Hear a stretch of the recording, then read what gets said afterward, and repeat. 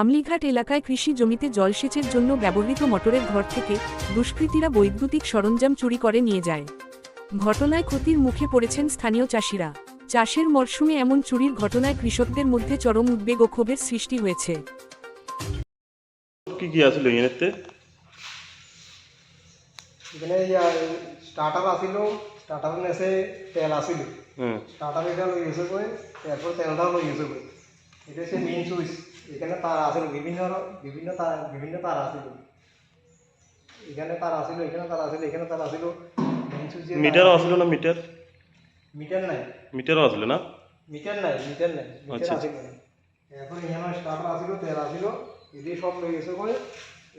এখানে স্টার্টারের তেল আসিল, এটি সব লই গেছে কই, তার সব কাটে লই গেছে কই, গ্যাংয়ের তারটা সব লই গেছে কই।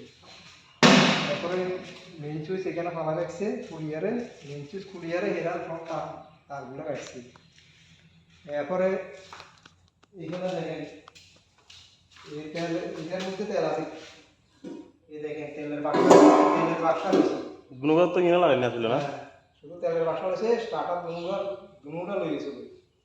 এরপরে এবার এখানে আমরা মোটর খুলছি, মোটর যেতে হবে, মোটরের তারটা আসছিল এটিও লই গেছে। মোটরটা ভারী আসছিল, এটাকে মোটরটা লইতে হবে। এরপরে ওই অ্যাডজাস্টার এখানে ভালো লাগছে। ওই হিন্দুর যে মোটা মোটা তার আসলে এই মোটা মোটা তার আসছিল, তার সব নিচে তার কমপ্লিট, তার সব লই গেছে। এরপরে আমার যন্ত্রপাতি আসছিল, ওই জায়গা এখানে যন্ত্রপাতি সব আসছিল, আমার প্রায় ডালি মালি সব আসছিল, এদিও সব লই গেছে।